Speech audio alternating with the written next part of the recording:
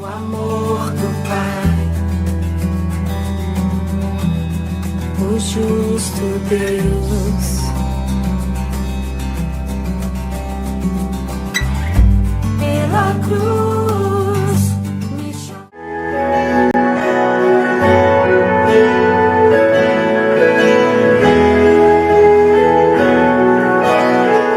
Boa noite, que a graça do Senhor Jesus Cristo esteja sobre a sua vida. Convido você, querido, a louvar esse Deus. Hoje pela manhã nós fizemos um culto, já ministramos, você já foi alimentado através da palavra.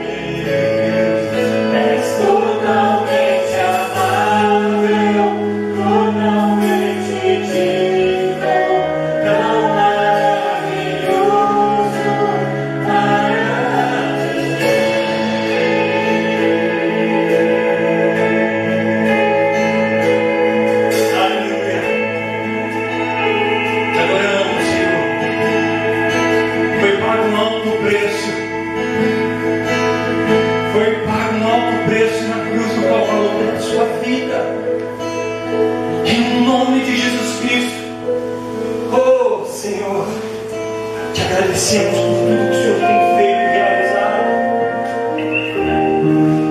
Porque Deus amou o mundo de tal maneira que deu seu único filho, querido, por você, por mim, por toda a humanidade. Aleluia. Creia nesse nome. Oh, Deus. Queremos saber a tua notícia, irmão.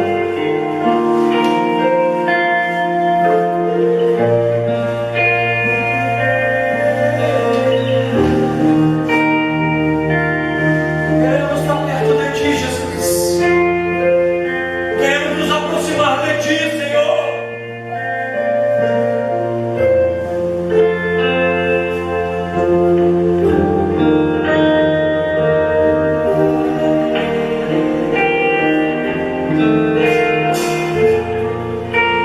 Perto quero estar,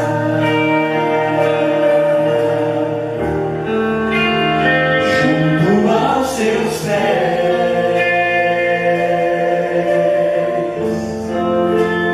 pois prazer maior não há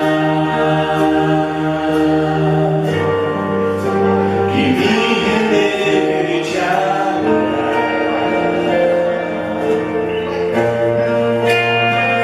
Tudo que há em mim,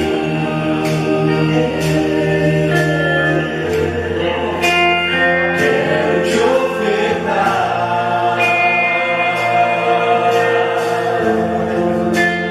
mas ainda é pouco, eu sei, se comparado ao que ganhei. Não sou apenas servo, meu amigo me tornei.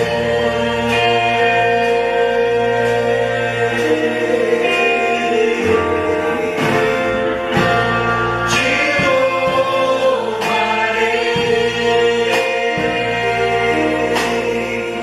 não importam as circunstâncias, adorarei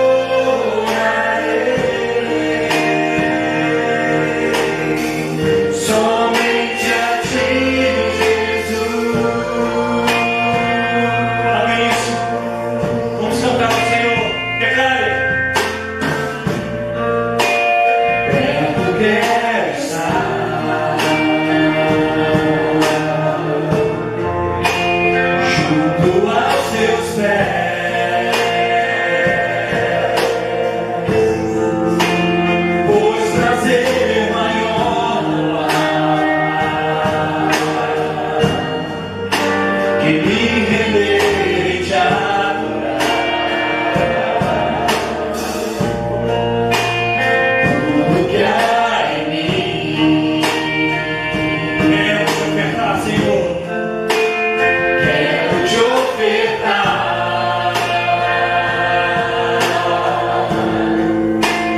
mas ainda é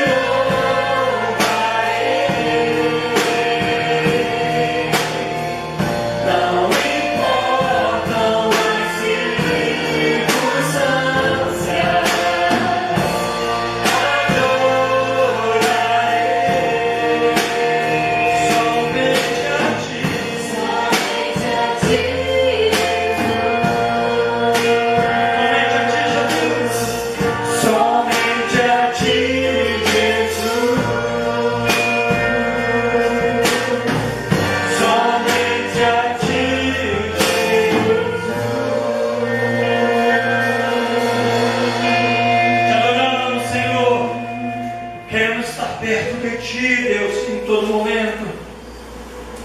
Te louvamos de todo o nosso coração. A Ti, Senhor, toda a honra, toda a glória, todo o louvor e toda a adoração. Pode até parecer, querido, que tudo está fora do controle, que tudo está dizendo que nós não vamos conseguir. Mas creia, querido, Jesus Cristo, Ele é a verdade, Ele é o caminho, Ele é a vida, aleluia. Oh, os reinos se abalam, os reinos se abalam, os povos se curvam, as bocas se abrem, as mãos se levantam para dizer que Tu és o Rei, para dizer que Tu és o Senhor.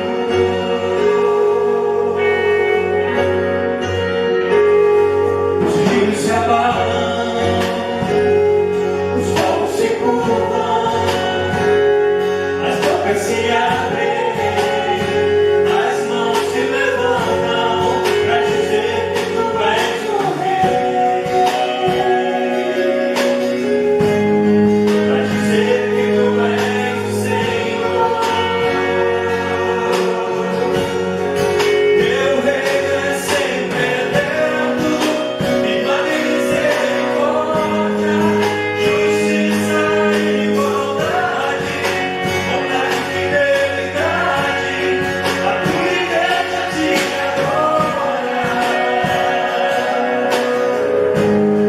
a Tua igreja te adora. Teu reino é sempre eterno, bondade e misericórdia, justiça e igualdade, bondade e fidelidade, a Tua igreja te adora, a Tua igreja te adora. Declare: os reinos se abalam, os povos se curvam, as bocas se abrem, as mãos se levantam para dizer que Tu és o Rei, para dizer que Tu és o Senhor, para dizer que Tu és o Rei, para dizer que Tu és o Senhor, para dizer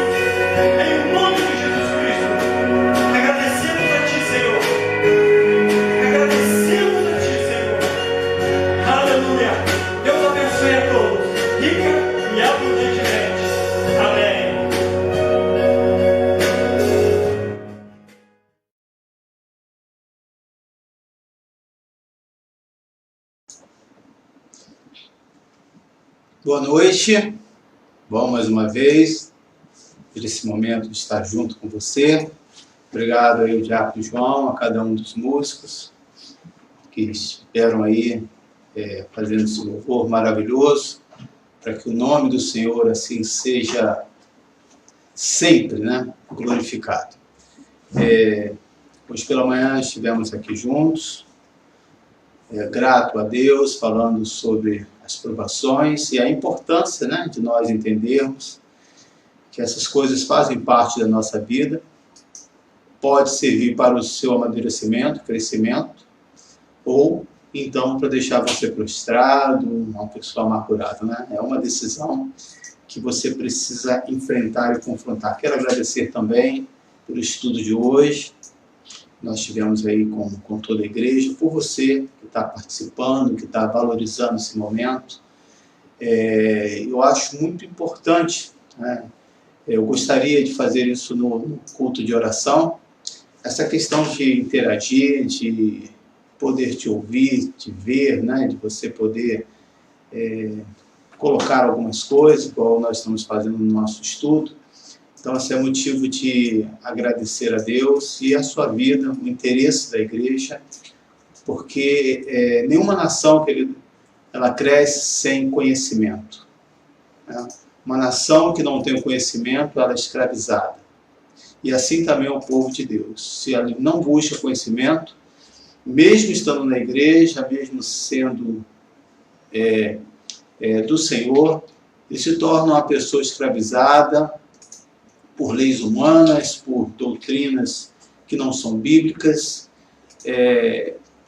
e a importância de você buscar esse conhecimento, de buscar essa informação sempre. Tá?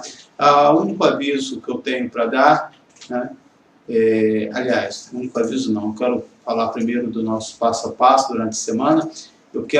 Conto com você amanhã, a partir das 20h30, tem um assunto muito específico sobre oração, e vai ser muito expressivo a sua participação, tanto segunda quanto quarta-feira, né? E terça e sexta temos aí o estudo, quinta temos o nosso grupo familiar, né? Se inscreva, curta a nossa página, que aí você vai poder participar e estar conosco, né? E aos domingos, nosso culto. O único aviso que eu queria falar é justamente sobre a ceia. No próximo domingo, nós teremos, domingo pela manhã, a nossa ceia. Então, o nosso culto, por estar sendo online, começa às 10 horas da manhã, ok? Eu fiz um comentário que esse mês eu comprei alguns copinhos de cálice, já com um pãozinho, não com uma quantidade muito grande, mas também não pude comprar muito, porque saber por prazo de validade, essa coisa toda, né? Então, alguns irmãos e irmãs que estiveram lá fazendo essa gravação para as nossas crianças ao vivo essa semana, já foram lá, já pegaram. Outros irmãos que estiveram lá hoje, ontem também, né, sábado. Então eu tenho alguns lá. Porém, eu sei que não vai dar para todos, tá? Mas para que eu possa ter um controle, não deu para comprar muito, né? Por questão também de custo, a verdade é essa, né? Mas aqueles que não puderem, você vai participar da ceia como a gente vinha fazendo. Eu optei por esse método para incentivar você mesmo, a ir à igreja, a ter ali aquele momento conosco, né? É importante isso, tá bom? O zelo, o carinho que a Igreja de Nova Vida tem, tá? Então, aqueles que porventura já tiver terminado, né, quando você for lá, você não vai deixar de participar da ceia no domingo da manhã. Você vai fazer como a gente já vinha fazendo, ok? Então, eu quero que você marque isso aí, e que é um momento assim, muito especial para a Igreja do Senhor. É uma ordenança de Deus que não pode deixar despercebido. Só lembrar os irmãos que toda semana, querido, há as necessidades, né, aí normais, e que são importantes, né, a sua participação, o seu dízimo, a sua oferta. Agora mesmo nós estamos aí com essa semana, hoje, né, estava conversando com o Diácono João, ele consegue comprar direto do seu fornecedor alguns produtos que já foi encomendado, né, e aí tem uma fatura para ser pago. Logo adiante, a gente pensa numa cesta básica, nós temos alguns irmãos de empregado, algumas pessoas que nós estamos dando assistência que não são da nossa igreja, e o nosso objetivo é justamente esse, de poder assistir, né, desde que seja de uma maneira segura, que de fato há uma necessidade.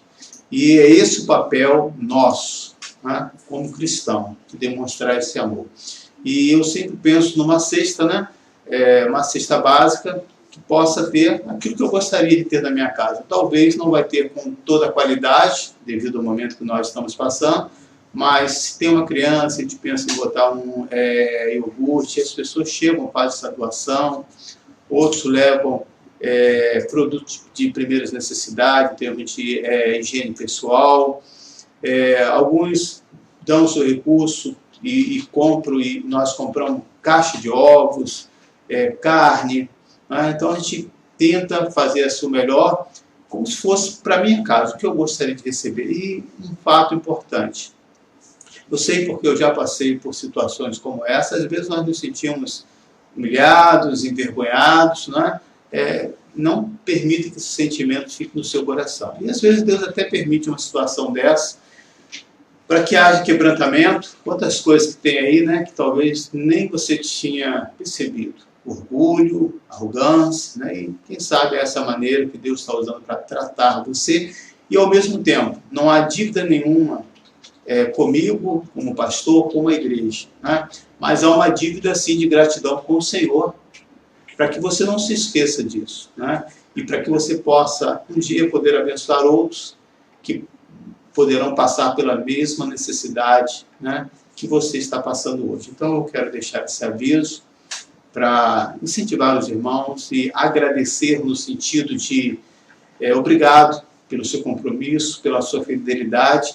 Eu me sinto honrado em fazer parte de uma igreja em que vive, né? Não é só de teoria, mas vive na teoria e na prática também a palavra de Deus. Vamos fazer uma oração. Senhor, nós somos gratos por esse momento, queremos te agradecer agora, no início da palavra. Uma palavra um pouco que vou precisar de muita sabedoria para lidar com essa questão, mas também que eu vejo que há uma necessidade imensa de tratar sobre isso. Porém, me dê sabedoria, que eu possa falar com equilíbrio, que essa palavra venha reanimar, fortalecer as pessoas, que ninguém venha se sentir ofendido ou magoado, mas que possamos encarar essa realidade em qual nós vamos estar tratando aqui agora. Eu faço essa oração e peço nesse exato momento, Senhor, que cada um dos nossos irmãos não tenha só essa palavra para si. Eu creio que essa palavra será de extrema importância para muitos que, ao ouvir essa mensagem, serão consolados pelo Teu Espírito. Amém. Eu quero começar falando sobre uma questão que eu vi essa semana, né? Que, embora alguns comerciantes achem, né, que as filas podem atrair o consumidor, alguns comerciantes acham isso, né? Então, você chega numa loja e a loja está cheia, então, porque deve ter preço bom, né? Porque está todo mundo indo para lá. Existe essa estratégia, né? Mas existe um grupo também que é aquilo que eu gosto, né, como consumidor. Alguns lojistas veem as filas como motivo de desistência e de compra. De desistência e de compra, desculpa. E aí eu começo já fazendo essa pergunta para você. E você é atraído pela fila, né, e aí vai, ou você desiste? Esses dias estava passando em frente a uma padaria e eu não resisto ao cheiro de pão quentinho, né? E pelo menos uma vez por semana eu faço isso, né?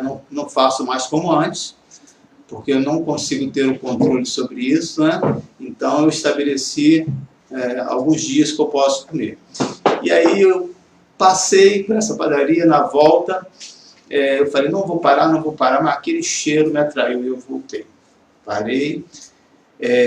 Quando eu entrei no estabelecimento, vi aquela fila, a fila venceu muito mais, né, do que a minha vontade de comprar aquele pão ali quentinho. Desisti, né?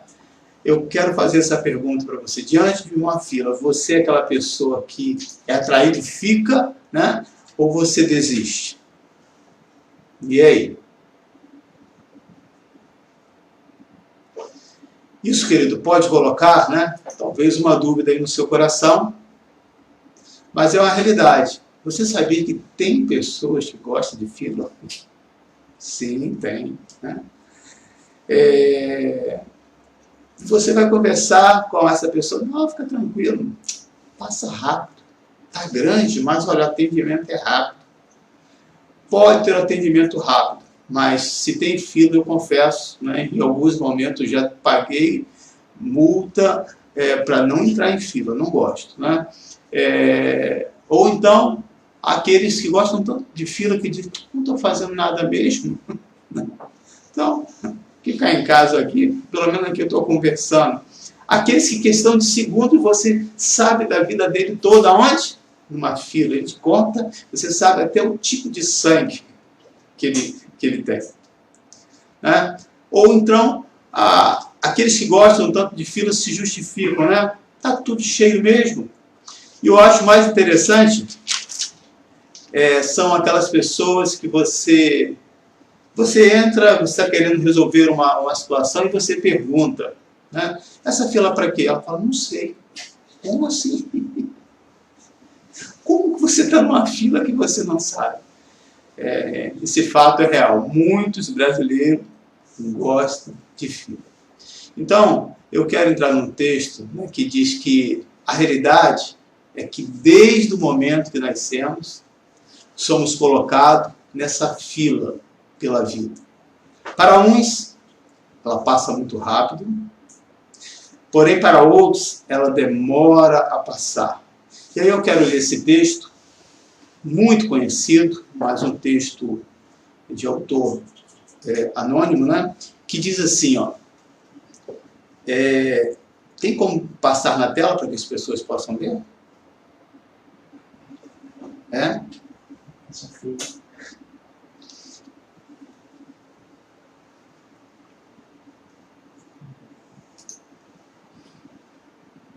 Te desafiei na hora, né, ao vivo, né? Você gosta de desafio, sei? Aí, a cada minuto alguém deixa esse mundo, esse cara é bom, hein? Esse mundo para trás. Não sabemos quantas pessoas estão na nossa frente. Não dá para voltar para o fim da fila, não dá para sair da fila. Nem evitar essa fila. Então, enquanto esperamos a nossa vez, faça valer a pena cada momento. Vive aquilo na terra, aqui na terra, tem um propósito, motive pessoas, elogie mais, critique menos, faça o ninguém se sentir alguém do seu lado, faça alguém sorrir, faça a diferença, faça amor, faça as pazes, faça com que as pessoas se sintam amadas. Tenha tempo para você, faça pequenos momentos serem grandes, faça tudo o que tiver que fazer e vá além. Viva novas experiências, prove novos sabores, não tenha arrependimento por ter tentado além do que devia, por ter valorizado alguém mais do que deveria, por ter feito mais ou menos do que podia. Tudo está no lugar certo. As coisas só acontecem quando tem que acontecer. Releve, não guarde mágoas, guarde apenas os aprendizados. Liberte o rancor, transborde o amor. Doe o amor, doe o amor, ame mesmo que não mereça. Ame sem querer receber nada em troca. Ame pelo simples fato de você vibrar amor e ser amor. Mas sempre ame a si mesmo antes de qualquer coisa. Esteja preparado para partir a qualquer momento. E você não sabe seu lugar na fila. Então, Se prepare para deixar aqui apenas boas lembranças. Suas mãos vão embora vazias. Não dá para levar malas nem bens. Se prepare diariamente para levar consigo somente aquilo que tem guardado no coração. Amém? É um texto muito bom e que nós precisamos refletir. E por que eu estou entrando nesse assunto? Por conversar com muitos que não perderam ninguém da sua família, mas que têm sofrido pela perda de alguns amigos, de alguns parentes dentro da nossa igreja, né? E tem falado sobre isso. É interessante, querido, que você percebe que como que isso toca, como que isso mexe com as pessoas. A realidade é que todos nós estamos nessa fila. O fato é que essa fila anda. Porém, aceitá-la não está na nossa concepção. E por quê? Né? Porque Deus nos criou para sermos o quê? Eternos. Então, a morte só passou a fazer parte da nossa vida humana por causa do pecado. Nunca foi plano de Deus a morte. E aí nós vamos ver no livro de Gênesis, que vai registrar esse texto, daqui a pouquinho eu vou estar pedindo para estar colocando, que fala do primeiro óbito, que diz: nem Deus se agradou da primeira perda de uma vida humana entre irmãos. E houve um fraticida. Você sabe o que é isso? Nem eu fiquei sabendo, porque eu fui pesquisar, nem conhecia essa palavra, mas ela é muito significativa para o que eu quero tratar aqui. É aquele que mata ou concorre para a morte de seu irmão. E aí nós temos que trazer essa responsabilidade. Aqui no caso dessa fraticida que aconteceu entre dois irmãos, né?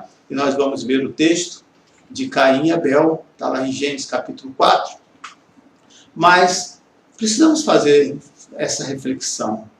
Quantas pessoas, né, que são amigas, pessoas que nós temos como irmão, e às vezes por causa de uma brincadeira a gente mata aquela pessoa.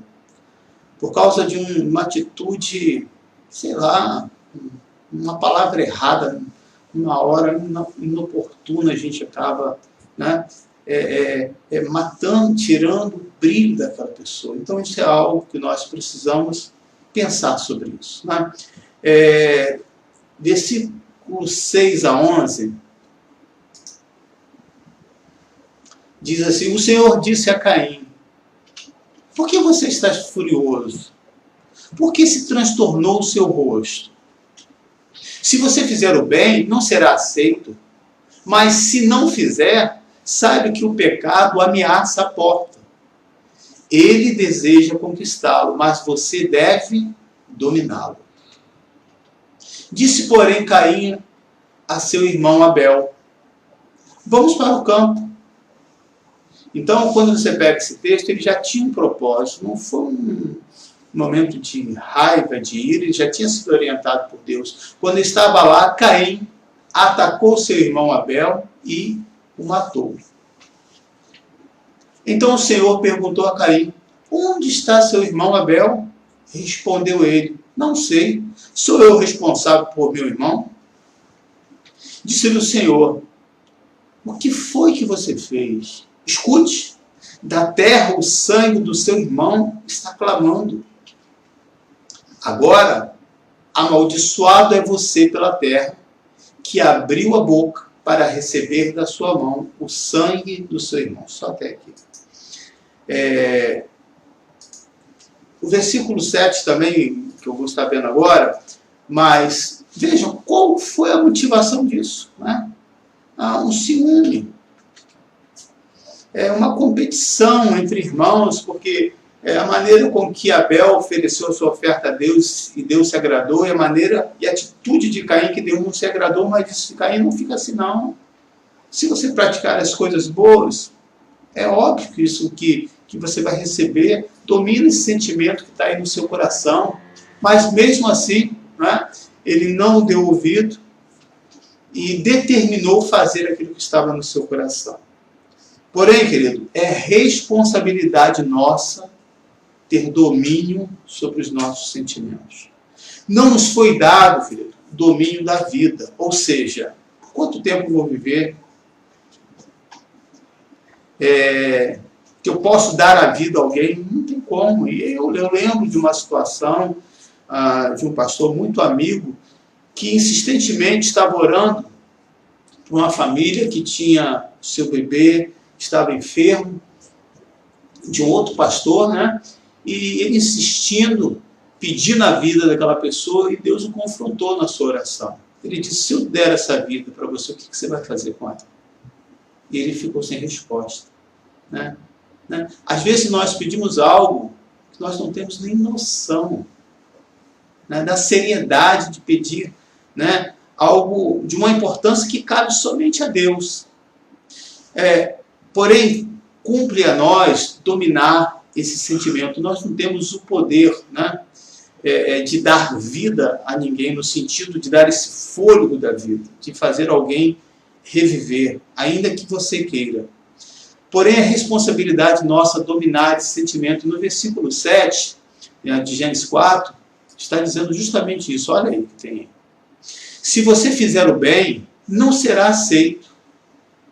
Mas se não fizer, saiba que o pecado, se você fizer o bem, não será aceito. Uma pergunta, desculpa. Mas se não fizer, saiba que o pecado ameaça a porta. Ele deseja conquistá-lo, mas você deve dominá-lo. Ou seja, quando há esse poder sobre a sua vida que Deus te dá, de você ter domínio sobre esse sentimento de raiva, de rancor, que todos nós temos. Mas entre sentir algo e botar aquilo em prática, são duas coisas bem distintas e que levam tempo para você pensar. Né? Então, que você possa ser essa pessoa que venha tomar a decisão certa. Então, apesar de alguns profetas realizarem o milagre da ressurreição dos mortos, Jesus também realizou, dando novamente o dom da vida a 3 pessoas. Eu quero falar um pouco sobre essas 3 famílias. Primeiro, a família do chefe da sinagoga, Jairo. Depois, a segunda família, o filho único, né, da viúva da cidade de Naim. E o terceiro, a Lázaro. Então, o que nós podemos assim ver? Que essas fatalidades, elas já existiam. Né? Talvez você possa dizer: pastor, um dia como hoje, nós vamos falar sobre morte, sobre esse sentimento. Sim, porque tem afetado muitas pessoas. E Jesus passou por isso. Jesus, quando soube, né, da situação da morte do seu primo João Batista, ele se retirou. E não se retirou simplesmente porque não queria ouvir a notícia ruim, porque aquilo mexeu com ele. Quando ele soube da morte de Lázaro, isso tocou muito, porque diz o texto que ele amava muito essa família, e nós vamos ver aqui. Então, trazer essa questão é importante para que você possa ter forças nessa hora, a encarar essa situação, que hoje pode ser de alguém tão próximo, mas pode acontecer dentro da nossa própria família. Né? E todos nós sabemos que todos nós um dia ou vamos passar por isso, né?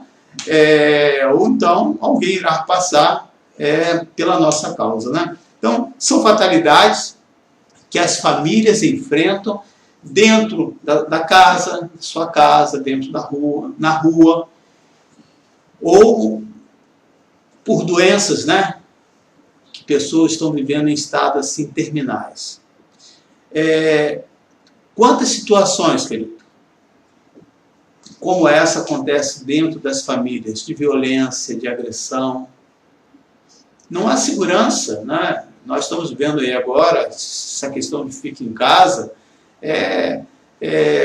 Os números estão dizendo totalmente diferente, mas cuidado, o zelo, né? A maneira com que a gente vai tocar nas coisas, aí sim, né? Te ajuda, tem ajudado muito mais, e alguns países têm mostrado isso nas estatísticas, né?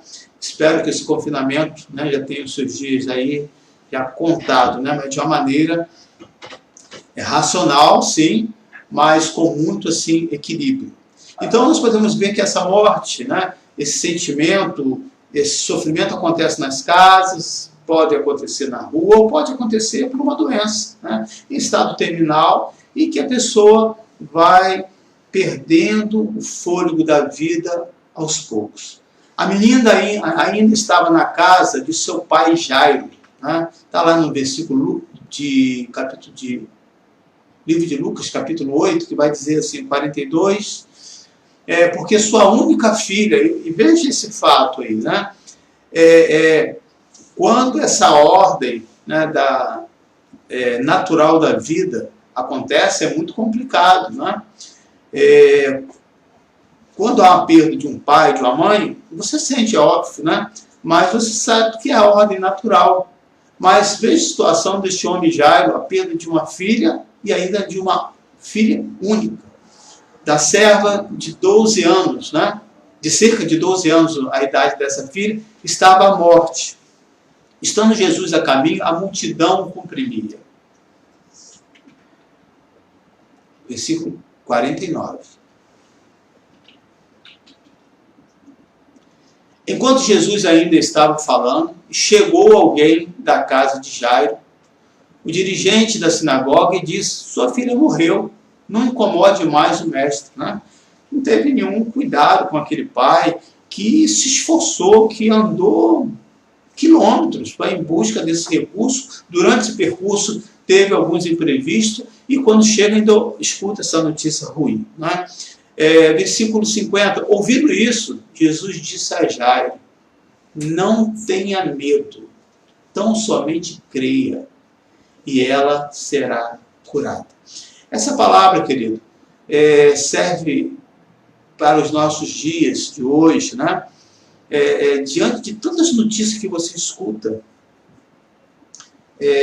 ruim, negativo, como esse Jairo, esse homem escutou, o que alimentou esse pai? E aí nós vamos ver no versículo 54 e versículo 55. O que alimentou esse pai? Foi a palavra de Jesus. Então, essas notícias ruins, as pessoas não se preocupam como você vai reagir, se isso vai te ferir ou não. Infelizmente, né? Parece que as pessoas têm o prazer de levar as coisas ruins. Mas escuta o que Jesus falou, né? Não tenha medo, creia tão somente. Queridos, você que pertence ao Senhor, você que pede ao sair da sua casa que Deus te guarde, que te proteja, creia nessa palavra. Não tenha medo, creia tão somente no Senhor. Versículo 54. Mas ele a tomou pela mão de Jesus e disse: menina, levanta-te. O espírito dela voltou e ela se levantou imediatamente. Então Jesus lhe ordenou que lhe dessem de comer.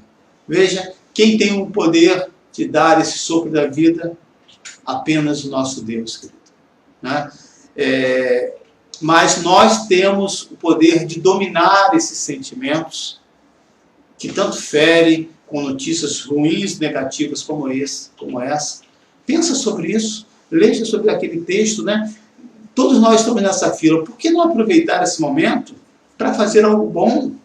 Para trazer uma palavra de ânimo, para colocar um texto bíblico, para trazer uma notícia boa das coisas que estão acontecendo. Não seja mensageiro de morte, de desgraça, mas seja um mensageiro da paz. Seja esse servo, essa serva de Deus que leve as boas novas. Sabe de uma coisa? Nesse exato momento, eu posso dizer para você o que Jesus disse para Jairo: não tenha medo, creia tão somente. É isso, querido, que me faz levantar todos os dias, não ficar encarcerado, aprisionado, mas acreditando, tomando todos os cuidados. Desde o momento final de fevereiro, quando eu fui operado, havia esse risco. Em nenhum momento eu deixei de sair, eu deixei de caminhar, eu deixei de fazer as coisas. Lógico, com um certo limitação. Mas não fiquei, eu estou acamado, eu estou aqui, nada disso. Né? Por quê? Porque eu estou afirmando para você, eu acredito que o meu Deus, Ele me guarda, que o meu tempo de vida, ele é contado, está nas mãos do Senhor. Eu quero que você tenha essa convicção e creia tão somente no seu Deus. O filho único, né, que é uma outra situação da viúva, não estava mais na casa da sua mãe, porém não estava também no túmulo. Veja aí no versículo, capítulo 7, versículo 11, versículo 17. Logo depois, Jesus foi a uma cidade, uma outra situação chamada Naim, né? E com ele iam os seus discípulos e uma grande multidão. Ao se aproximar da porta da cidade, estava saindo o enterro do filho único, né, de uma viúva. E uma grande multidão da cidade estava com ela. Ao vê-la, o Senhor se compadeceu dela e disse: não chore. Depois aproximou-se e tocou no caixão. E os que o carregavam pararam. Jesus disse: jovem, eu lhe digo, levante-se. Ele se levantou, sentou-se e começou a conversar. E Jesus o entregou à sua mãe. Todos ficaram cheios de temor e louvaram a Deus. Um grande profeta se levantou entre nós, diziam eles. Deus interveio em favor do seu povo, e isso é verdade. Essas notícias sobre Jesus espalharam-se por toda a Judéia e regiões circunvizinhas. É interessante, dois fatores que eu posso ver que comoveu Jesus nessa situação. Primeiro, porque era uma viúva, ela já tinha tido uma perda. E agora estava tendo a perda do seu único filho. Ou seja, uma mulher naquela época sem família, né, existia uma cultura que ela possivelmente seria uma escrava, né, ou teria outro fim que não seria bom, além de ter toda uma dívida que ela teria que ser paga, e aí era paga com a própria escravidão. Né? Vamos pegar essa situação, queridos. Há quantos que estão nesse caminho do seu dia a dia, que não estão vivos? Você olha, a pessoa está feliz, a pessoa está contente, externamente, mas por fora, mas por dentro, desculpa, a morte, a sofrimento, que espera de apenas uma pessoa para dizer a palavra de Deus, para ter um gesto, talvez sem um versículo bíblico, mas uma atitude que faça a diferença num mundo tão egoísta. E eu não falo que você tem que precisar servir a uma outra pessoa que é cristão, pelo contrário, nós como cristãos somos chamados para servir ao mundo e para mostrar que através desse amor existe um Deus que está vivo, que o nome dele se chama Jesus Cristo. Quantos no meio dessa caminhada, querida, só está esperando que você tenha esse olhar, que tenha compaixão e possa levar vida para essas pessoas, dizendo a salvação, a esperança, a solução para esse mundo que se chama Jesus Cristo. Uma outra situação de milagre, né, Lázaro, que já estava sepultado, e aí já é uma situação mais complicada, né? Tão complicado que nem a família queria mexer, né? Versículo 17, ao chegar, Jesus verificou que Lázaro já estava no sepulcro, havia quantos dias? 4 dias. E que aquele momento, principalmente o momento dessa família, eu acho que é o que mais representa a situação que nós estamos vivendo aqui. Né? O pai vai em busca E aí nós podemos ver que hoje, quantos de nós estamos tentando buscar esse socorro para proteger, para guardar nossa família? Outros estão vivendo esse momento em que parece que terminou tudo, mas ainda há esperança para você, papai ou mamãe, ou seja alguém que nesse momento, ao ouvir essa mensagem, está inconsolado por alguma perda. Jesus está olhando para você, querido.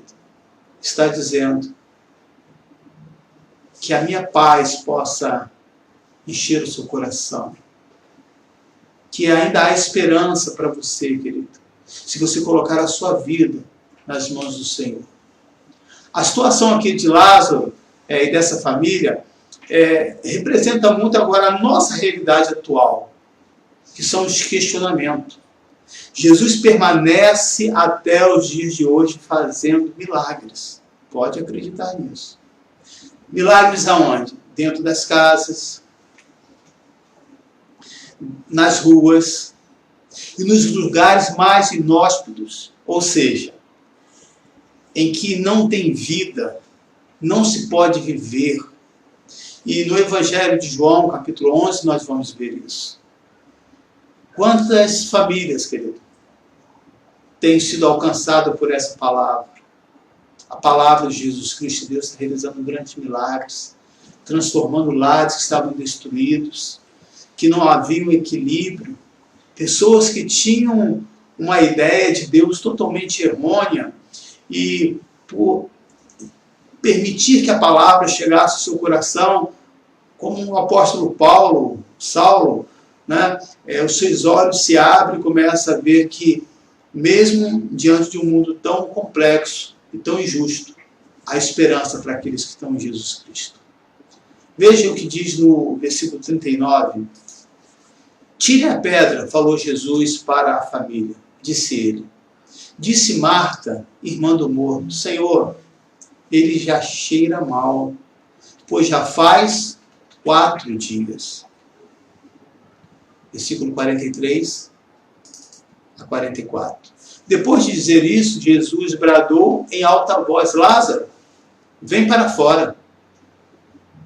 O morto saiu com as mãos e os pés envolvidos em faixas de linho e o rosto envolto num pano. Disse-lhe Jesus, tirem as faixas dele e deixem-no ir. Amém. Só até aqui. Veja, querido, que essa palavra ela serve para todos nós, que passamos por momentos como esse. Existem lugares do nosso coração bem inóspito, em que você tem vergonha até de expor, que o cheiro não é nada agradável, em que, se você contar, as pessoas vão te julgar mesmo, e vão te criticar, ainda que não fale nada. Mas Jesus quer entrar neste lugar e remover essa pedra, e chamar você para a vida, aleluia, e dizer, eu sou a esperança, eu posso trazer vida para você, eu posso mudar a situação da sua vida, se você crer. Lázaro não podia fazer nada, é óbvio. Foi Jesus que o ressuscitou por compaixão e por misericórdia. Veja, querido, nenhuma das 3 famílias aqui citadas aceitaram aquele estado de enlutado, de uma perda, de um sofrimento, de uma dificuldade. E é diferente nos dias de hoje? Lógico que não. Por quê? Desde o início já comentei. Tá? Nós não fomos criados para morrer. Porém, esse plano de sermos eternos não foi esquecido, ao ponto de Jesus, Deus nos dar o seu Filho amado, para através dele resgatar novamente a vida eterna para aqueles que creem nele. Fomos criados por Deus, querido, para sermos eternos. A morte não era e não é, até hoje, plano de Deus. E eu posso ter várias citações aqui. Eu já vi de tudo dentro desse campo. Desde criança até pessoas velhas, com certa idade, com pessoas que não tinham problema nenhum, como outros que tinham algumas enfermidades, que tinham seus dias ali contados. Mas em nenhum momento, né, houve a aceitação. Porque isso não faz parte, né? A morte nos incomoda. Essa que é a verdade. A morte não era e não é até hoje plano de Deus. Quando hoje estão com os mesmos sentimentos, quantos hoje estão com os mesmos sentimentos de Maria e de Marta, que há 4 dias estavam de luto, sofrendo e com essa pergunta na cabeça: cadê Jesus? Já viram fazer tantos milagres? Cadê esse Deus? Quantos hoje, pelo mundo todo, estão com essa pergunta? Se Deus existe, por que permitiu isso? Era uma pessoa tão boa? Há tantas pessoas ruins? E por que foi justamente comigo? Essa não é uma pergunta muito atual nos dias de hoje? Sim. Elas tiveram, essas 2 mulheres tiveram a coragem de dizer a Jesus e abrir o seu coração e falar da sua tristeza. Vamos ver o que diz aí no versículo 21 do Evangelho de João, capítulo 11. Veja a fala de Marta. Disse Marta a Jesus: Senhor, se estivesses aqui, meu irmão não teria morrido. Não é um questionamento? Ou seja, eu sei que ele estava doente, mas se o senhor estivesse aqui, ou seja, o senhor foi responsável, porque se o senhor estivesse aqui, ele não teria morrido.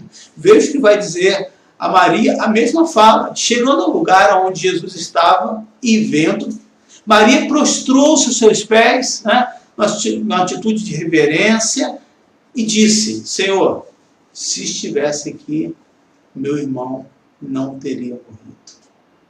Quantos estão dizendo que Deus é esse? Deus não existe nada. Então como é que você me explica isso? Se Deus existe, e quantos cristãos? Eu, semana mesmo, levando uma família, eu e minha esposa levando uma irmã em casa, estava dizendo: pastor, um pastor tão querido aqui da nossa região, que dá tanta assistência, morreu. O pastor também morre, o pastor também entra nessa fila. E aí ela estava contando ali o caso, mas quantos ficam abalados na sua fé, numa situação como essa, ao ponto de abandonar o seu Deus, de largar a sua igreja? Como pode isso ter acontecido? Se estiver aqui, meu irmão não teria morrido. A realidade, querido, que todos os profetas que fizeram milagres de ressurreição, um dia chegou a vez deles também entrarem nessa fila. Isso é uma realidade. Diz que todos morreram. Você pode imaginar, agora falando sobre a alegria dessas 3 famílias, você pode imaginar a alegria dessas 3 famílias de ver aquela pessoa que já estava morta ressuscitar. Você pode imaginar, e o texto fala sobre isso, houve um alvoroço, um clamor, as pessoas começaram a glorificar a Deus, porque de fato é algo maravilhoso. Dessas 3 famílias que Cristo ressuscitou, todos eles ficaram alegres. Por quê? Era algo muito bom, algo extraordinário que ninguém tinha visto. O que estava sendo mostrado aqui, querido? Estava sendo mostrado que a partir desse momento não haveria mais morte, que todos que morressem ao clamar o nome de Jesus iriam ressuscitar. Não, ele estava marcando algo fundamental para nós entendermos. Que a morte é o salário do pecado. Há essa sentença, esse estado de óbito para todos nós, porém nós não sabemos a data, mas estamos na fila. Mas aqueles que aceitaram Jesus Cristo, querido, eles são resgatados da morte física para a vida eterna. Veja o lado bom. Essas 3 famílias ficaram muito felizes. Mas agora você não parou para pensar o outro lado da moeda. Né? Que essas mesmas famílias sofreram 2 vezes. Você já imaginou isso? Sofrer a perda de uma pessoa 2 vezes, a primeira vez, né?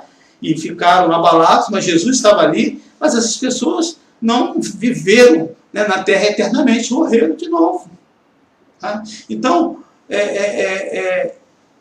não foi fácil para suportar a morte daquela pessoa. Imagina suportar 2 vezes.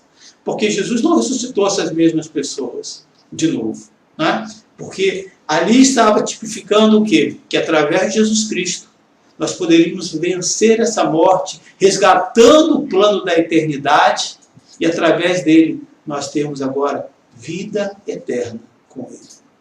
Amém? Lázaro, querido, não viveu para sempre. Há pessoas que ficam retidas nessa situação. Né? E aí eu vou entrar, já para finalizar o texto, mas algo um pouco complicado de falar, mas eu vou contar, se Deus se permitir, um pouco da minha experiência. Né? Será que todos os enfermos, será que toda enfermidade é para a morte? O que você acha? Sim ou não? O que a Bíblia fala sobre isso? Veja o que diz aí no Evangelho de João, capítulo 3, 5. Então os irmãos de Lázaro mandaram dizer a Jesus, as irmãs de Lázaro mandaram dizer a Jesus: Senhor, aquele a quem amas está doente. Ao ouvir isso, Jesus disse: essa doença não acabará em morte.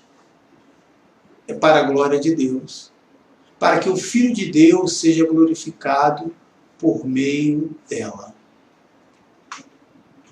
Jesus amava Marta, a irmã dela e Lázaro. Então, mostra que Jesus estava dizendo aqui que nem todas as doenças, né, é para a morte, apesar de Lázaro ter ali morrido, mas havia um propósito ali, né, e que nós vamos entender com essa explicação que assim eu dei, né, e que nós podemos ver isso. Há quantos cristãos que ao passar, né, pela morte, no momento ali daquele culto, que as pessoas estão agradecendo a Deus, consolando os seus familiares, testemunhando que foi aquele homem, aquela mulher, pessoas são tocadas e passam a receber o Senhor Jesus. É o grande milagre, querido. Deus operando mesmo em momentos tão difíceis. Podemos, querido, então, é uma outra pergunta, então orar e afirmar que todos serão curados? Será que, eu quando vejo pessoas fazendo isso, eu me preocupo muito. Irmão, eu vou orar por você agora que você vai ser curado. Nem todas as doenças serão curadas.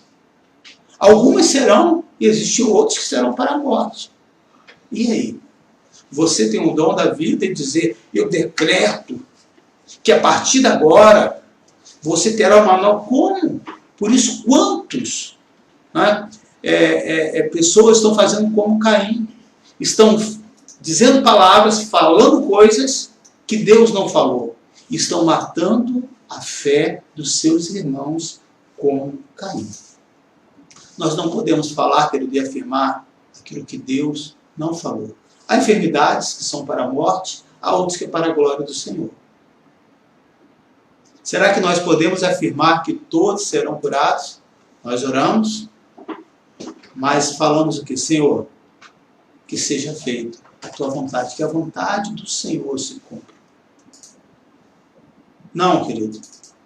Nem todas as enfermidades serão curadas. Pois há enfermidade que de fato é para a morte. E aí eu quero chamar essa questão para você, e eu vou falar da minha experiência pessoal. Eu já tive 2 casos na minha família, né, em que, diante de um quadro de uma enfermidade, tanto da minha mãe quanto do assim, meu pai, lógico, quem não quer que o seu pai e a sua mãe sejam curados? Mas, ao mesmo tempo, eu comecei a entender que, e se não fosse essa vontade de Deus? E se ali era o dia daquela pessoa que estava na fila que chegou a vez dela? Eu teria o direito? E há muitos que às vezes ficam anos na cama, porque há pessoas que brigam, estão brigando e lutando pelaquela vida, como assim Jacó, né? Lutando, brigando com Deus e retendo aquela pessoa. E aí eu pergunto, é amor pelaquela pessoa ou é egoísmo da parte de ver aquela pessoa hospitalizada? Nós precisamos pensar sobre isso. Lógico que você quer a cura, quer a melhora, mas precisamos ter essa sensibilidade. Então, eu lembro dos momentos que eu orava pela minha mãe e orava pelo meu pai, mas eu falava, Senhor, eu não estou aqui decretando que será curado, que a tua vontade seja feita. Que o Senhor possa fazer a tua vontade, ou para a vida ou para a morte, mas que a sua vontade seja feita. E aí, deixa eu contar, olha que fato interessante, né? Eu lembro do comentário que o meu pai fez.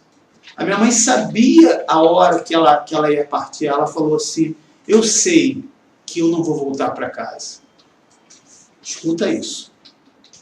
Mas, né, Deus me deu uma palavra, e isso vai acontecer, né?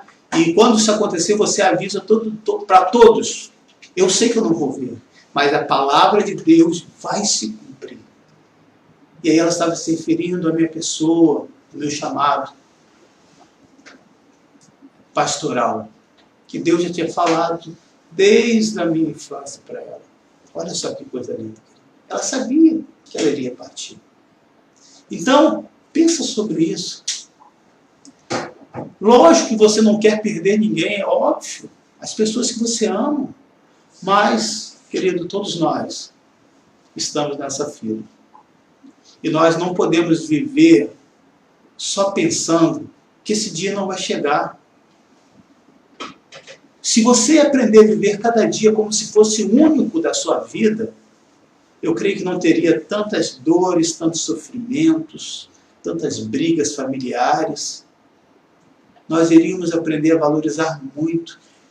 Eu tenho tirado, querido, um grande aproveito dessa situação que nós estamos passando. As pessoas estão refletindo mais, querido, que mais do que o bem material, do que o excesso de trabalho, é o valor pela vida, de valorizar a pessoa.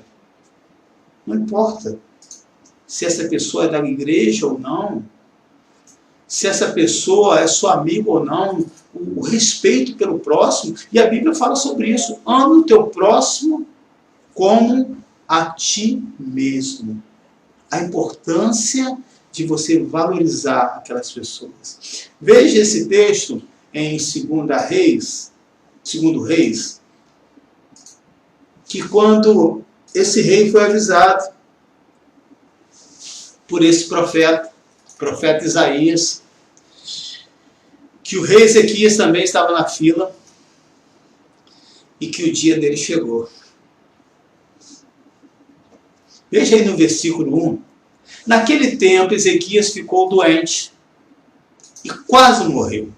O profeta Isaías, filho de Amós, foi visitá-lo e lhe disse, assim diz o Senhor, põe em ordem a tua casa, pois você vai o quê?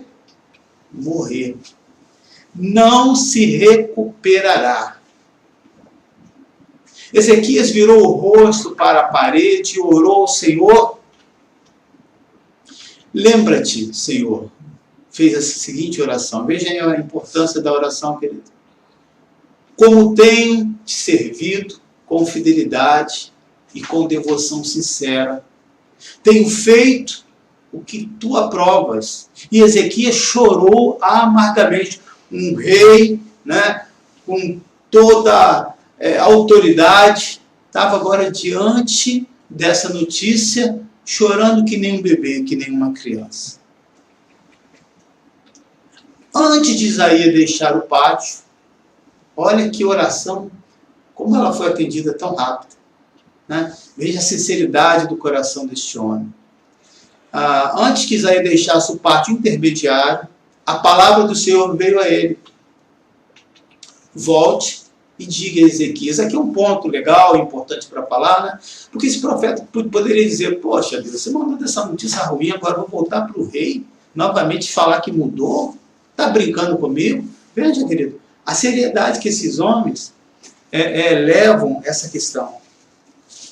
Importa que a palavra de Deus se cumpra. Se tiver que voltar, eu volto. Se tiver que prosseguir, eu prossigo. Se tiver que, ainda que seja uma palavra difícil, eu tenho que falar. Ou seja, aqui simboliza que a vontade de Deus está acima de tudo, de qualquer coisa. Volte e diga a Ezequias, líder do meu povo, assim diz o Senhor, Deus de Davi, seu predecessor. Ouvi sua oração e vi suas lágrimas. Eu o curarei. Daqui a 3 dias você subirá ao templo do Senhor. Acrescentarei 15 anos à sua vida e livrarei você e esta cidade das mãos do rei da Síria. Defenderei esta cidade por causa de mim, mesmo e do meu servo Davi. Veja, querido, como que uma oração mudou todo aquele quadro, a importância da oração. Mas vamos agora analisar um outro ponto. Né? Quando ele viu o profeta chegando, ele deve ter pensado assim, chegou um homem de Deus. Chegou um homem que vai orar e vai dizer, olha, eu vou te curar nesse exato momento, porque assim diz o Senhor. Isaías tinha feitos extraordinários. Isaías mandava mais do que todos os reis. Havia respeito da autoridade espiritual, pela seriedade que eles tinham, pela intimidade que eles tinham com Deus. O que Ezequias esperava, estando doente, ao encontrar um homem de Deus na sua casa? Deus tem uma boa notícia. Né? Deus veio ao meu encontro e possivelmente ele já vinha fazendo essa oração, era um homem que orava. Mas a notícia não era boa. Ele vê o profeta chegando e o profeta vai dizer para ele, Ezequias, você foi contemplado, é o próximo da fila. Ezequias, a fila anda. Porém, põe em ordem, essa foi a palavra, põe em ordem a tua casa, porque morrerás e não viverás. A palavra foi muito direta. A palavra foi muito objetiva, sem interpretações. Por isso que o profeta sair dali, ele não questiona nada, mas ele começa a falar assim, eu tenho sido íntegro, eu tenho sido fiel a ti. E Deus ouve, mas tem um outro lado agora, né? Que eu não sei se eu gostaria de viver essa situação. Né? Ele tinha um prazo de vida. Ezequias ia saber exatamente quanto tempo ele tinha de vida. Você já imaginou isso? Só falta 10 anos.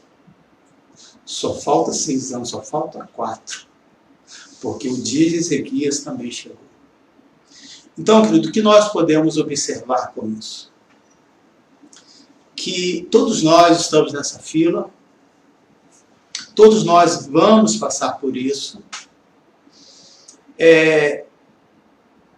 Ninguém aceita, né? Isso não faz parte, e nós temos que ter muito prudência nessa hora, ao consolar as pessoas, e também entender e aceitar que essa situação faz parte da nossa vida.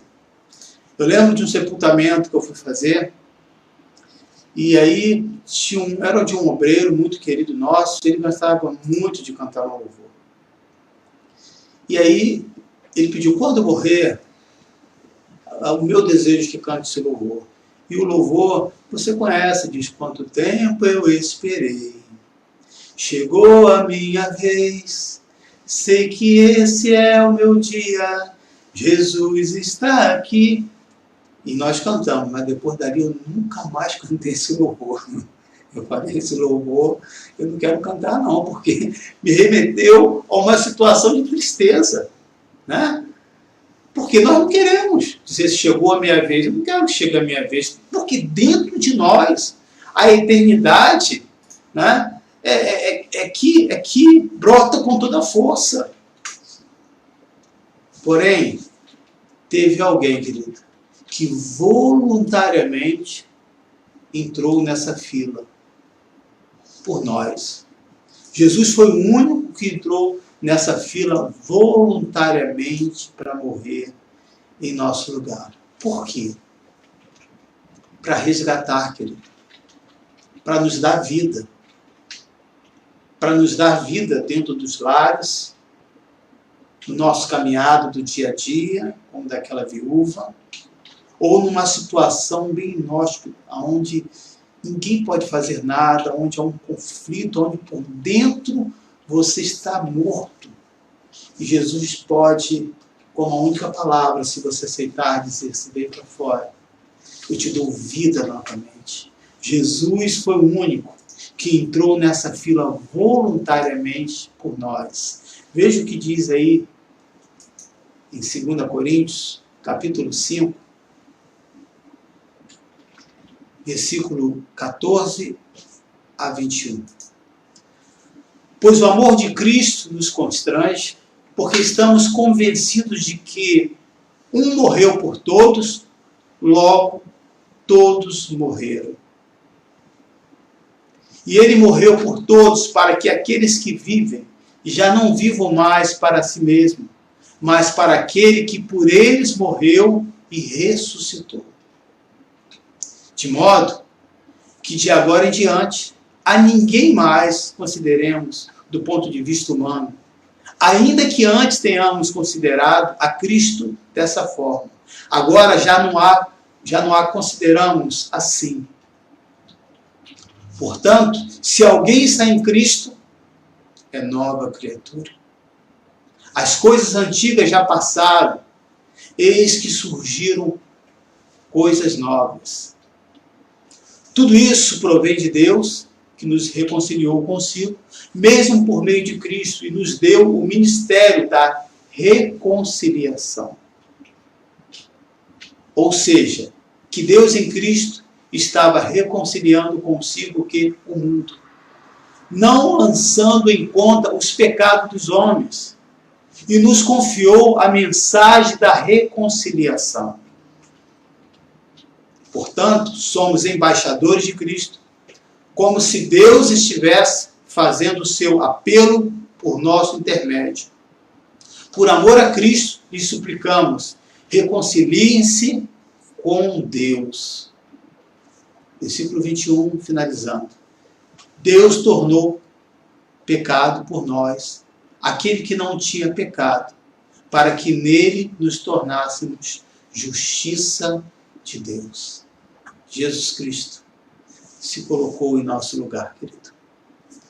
Que você, ao receber essa mensagem, possa compartilhar com outras pessoas que estão passando por esse momento de dor, de sofrimento, que não é momento para você brincar, mas é momento de você ser cristão na sua totalidade e levar essa mensagem para aqueles que estão sofrendo, para aqueles que estão passando dificuldade, para aqueles que perderam alguém,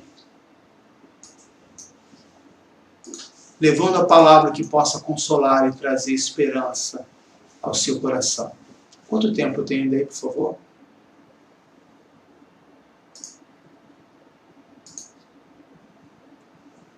Nós podemos assim ver, queridos, que se nós colocarmos o Senhor em primeiro lugar da nossa vida, se nós aceitarmos a Jesus, nós podemos ser reconciliados.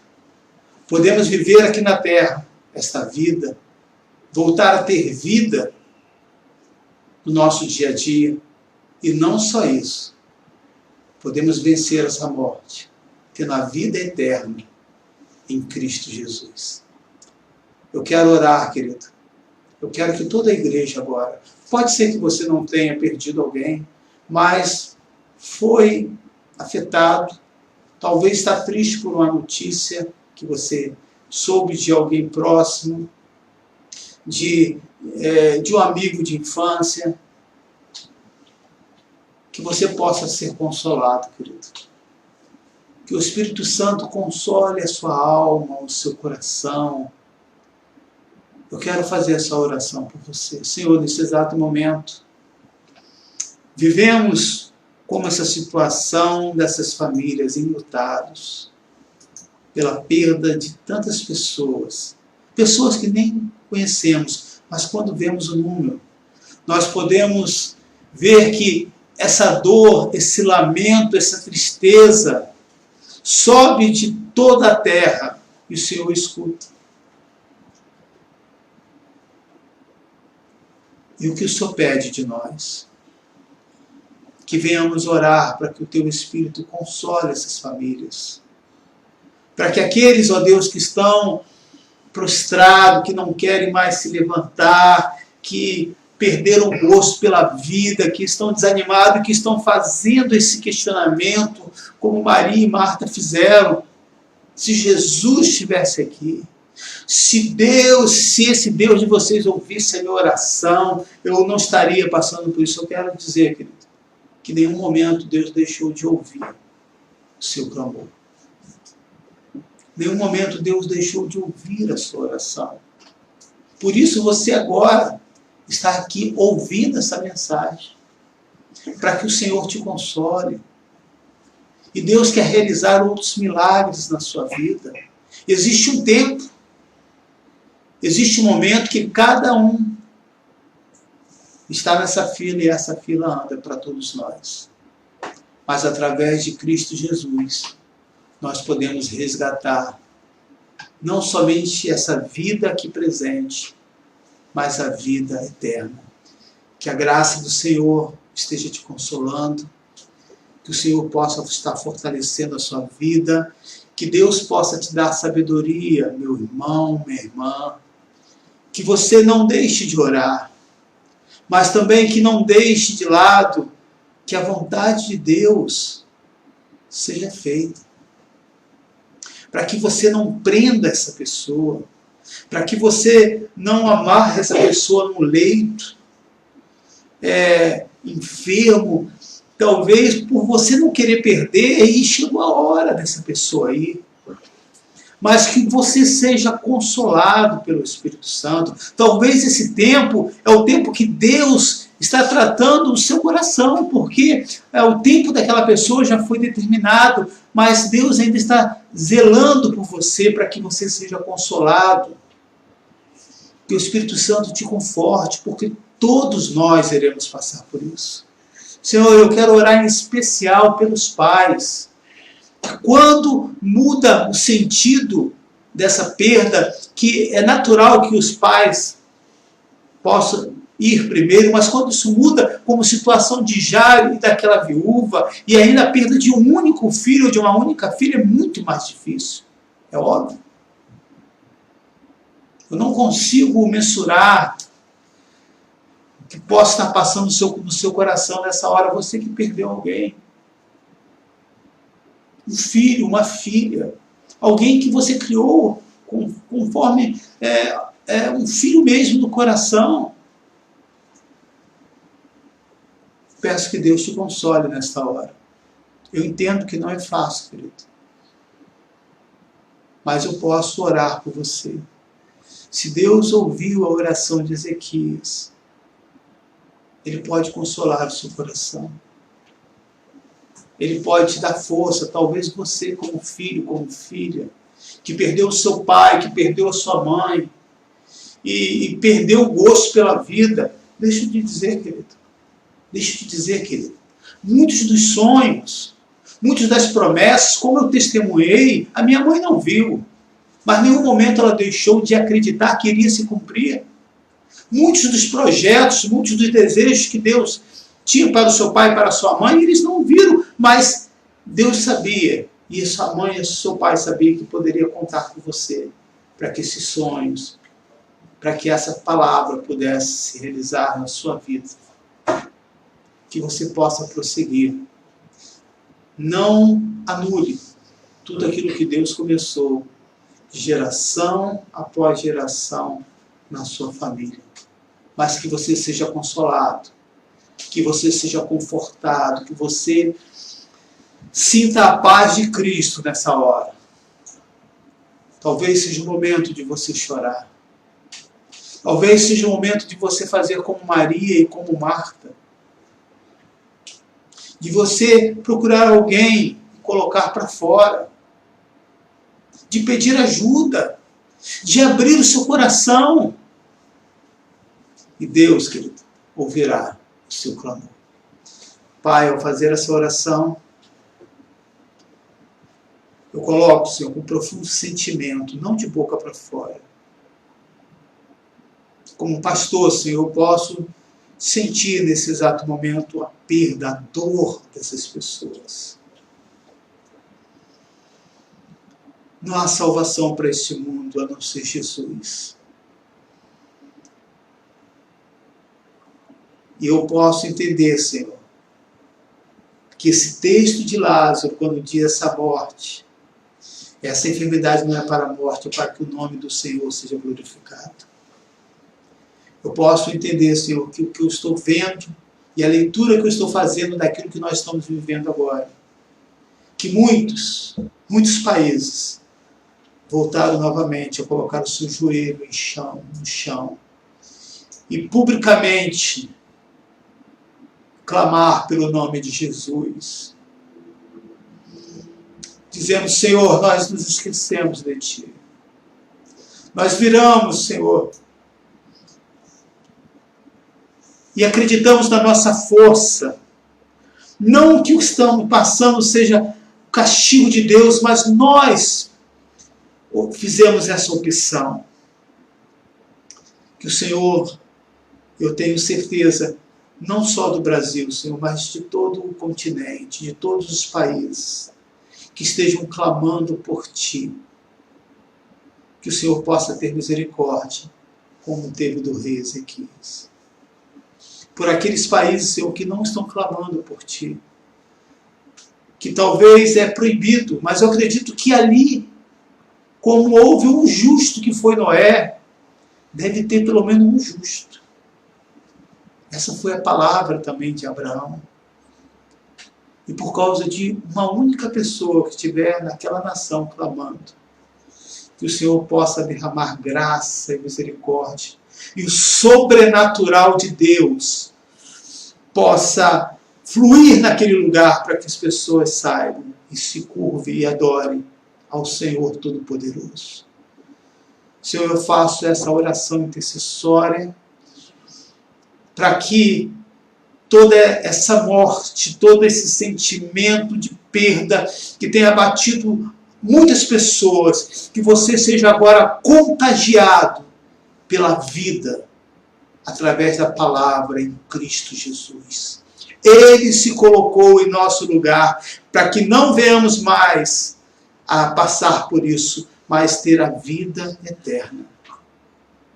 Que essa palavra, querido, ao você receber, você possa aceitar no seu coração e acreditar. Desde agora, para todos sempre. Amém e amém. Que Deus abençoe a todos. Amanhã estaremos juntos, às 20h30, orando, intercedendo. Compartilhe a nossa página, entre e você será bem-vindo. E ali a gente vai poder conversar com mais calma, com um tempo melhor, para estarmos orando individualmente por cada uma dessas pessoas. Deus abençoe.